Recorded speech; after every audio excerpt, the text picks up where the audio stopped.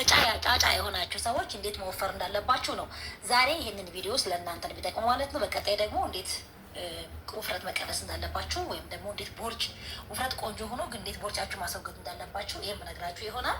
ጨርሼዋለሁ። አይገርም? ይሄን ሁሉ ጨረስኩት። 2 ብርጭቆ በቂያችሁ ነው። በዚህ ብርጭቆ ከሆነ 1 በቂ ነው። በትንሽ ብርጭቆ ከሆነ ግን 2 ብርጭቆ የግድ ነው ማለት ነው። ሰላም ጤና ይስጥልን። የሳባ ኢትዮ ቤተሰቦች ምነው ሰው ሲጠፋ አትፈልጉም? የሚገርም ነው። ናፍቃችሁኛል። እንዴት ናችሁ? ከዚህ በኋላ አይጠፋም።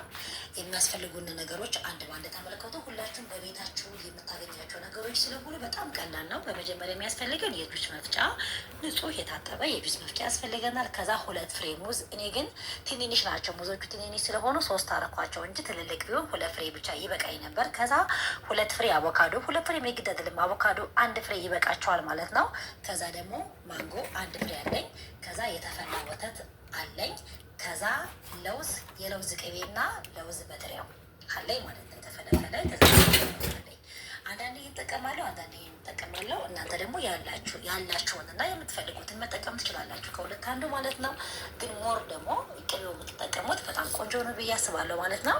አይ አስባለሁ ሳይሆን በጣም ቆንጆ ነው። ለምን ይሄኛው ፋት ስላለው ሞር ለውፍረት ይጠቅማል ማለት ነው። በእርግጥ ለውስጥ ለውፍረት ይጠቅማል። ሙዛችን ቆረጥ አድርገን እያደረግን ነው። በነገራችን ላይ ልብስ ስትለብሱ እኔ እኮ አሁን ልብስ ራሱ እንዴት ራሴን እንደምወደው በፊት እኮ አይ ቅጥነትን በጣም ነው የሚያስጠላው፣ ውፍረትን በጣም ነው የሚያስጠላው ማለት ነው።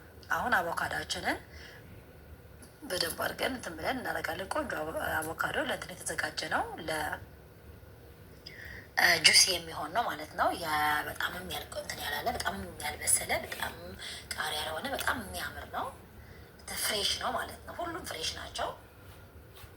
ከዛ ከፈለጋችሁ አንዱ መጠቀም ትችላላችሁ። በነገራችን ላይ ዋናው ግን 2 ብርጭቆ እንዲሞላ ማድረግ አለባችሁ። በትንሽ ብርጭቆ ከሆነ እኔ የምጠጣበትን ብርጭቆ አሳያቸዋለሁ። ትልቅ ስለሆነ በዛ 1 ብቻ በቂ ነው። በነገራችን ላይ ጧት ራሱ እሱን ጠጥታችሁ ራሱ ስራ ቦታ ብትሄዱ አይርባዛ እንዴ እቺ ብርጭቆ ታምራለች አልኩት እንትኑን ማለት ነው። እቺ ደግሞ በእጅ ሲይዘው ቀዝቃዛ ነው ይሄ ብርጭቆ ማለት ነው። ከዛ የት ነው የሚገኝ እባክሽን አትችለኝ አልኳት። እንዴ ይቻለም እኮ አለችኝ። እሺ በቃ የት ነው የሚገኘው ስላት እኔ የት ነው የሚገኝ አላውቅም ስትለኝ አንድ ቀን ለሰው ዕቃ ታዝዤ ሲሄድ ለምን ከፊት ያላገኘው እኔ የታቸው ጊዜ ታርግ የምጠጥ ወተት የምጠጣው በዚህ ነው፣ ውሃ የምጠጣው በዚህ ነው፣ ጁስ የምጠጣው በዚህ ነው። የጁስ በጣም ቆንጆ ነበረችኝ። የጁስ የምታምር ተሰበረች። ሁለተኛ ሄዶ ለመግዛት ምንም ጊዜ አላገኘውም፣ አልገዛውም። ስለዚህ እንደውም በቃ አልገዛም እዚህ በኋላ የጁስ መጠጫ። ይኸው በዚህ ነው መጠጣ እየለካው ልኬቱን አውቀዋለሁ ሲጀመር ማለት ነው። እና እናንተ 2 ብርጭቆ ማድረግ ትችላላችሁ። እኔ ግን በዚህ ብርጭቆ 1 በቂ ነው ማለት ነው። ያው እንደ ጠላ እንደ ጉሽ ጠላ ምላት ነገር እንትን ናት፣ የሀባሀባ ፍሬ ናት። እሺ ከዛ በሀባሀብ ነው እኔ ጨምሬ እንደ ውሃ የተጠቀምኩት ሀባሀብን ነው።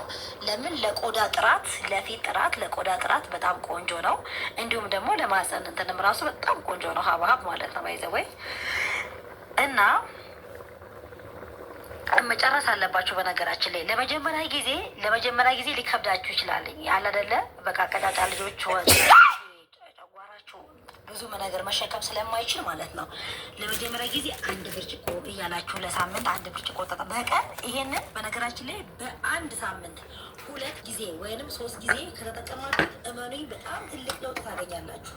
አጠቃቀም ብቻ ሳይሆን በሳምንት 2 ጊዜ ወይንም 3 ጊዜ ብትችሉ በየቀኑ ተጠቀሙት። የሚጎዳ ነገር የለውም፣ ይጠቅማል እንጂ ማለት ነው። እንጀራ ከመብላት ማለት ነው። ይሄንን በምንድናቸው ብትበሉ ይኸው እንግዲህ ከላይም ያለው ይሉት በጣም ደስ የሚለው ከታችም ያለው በጣም ደስ የሚለው እና ራሴን ወደድኩት እውነት ለመናገር ማለት ነው።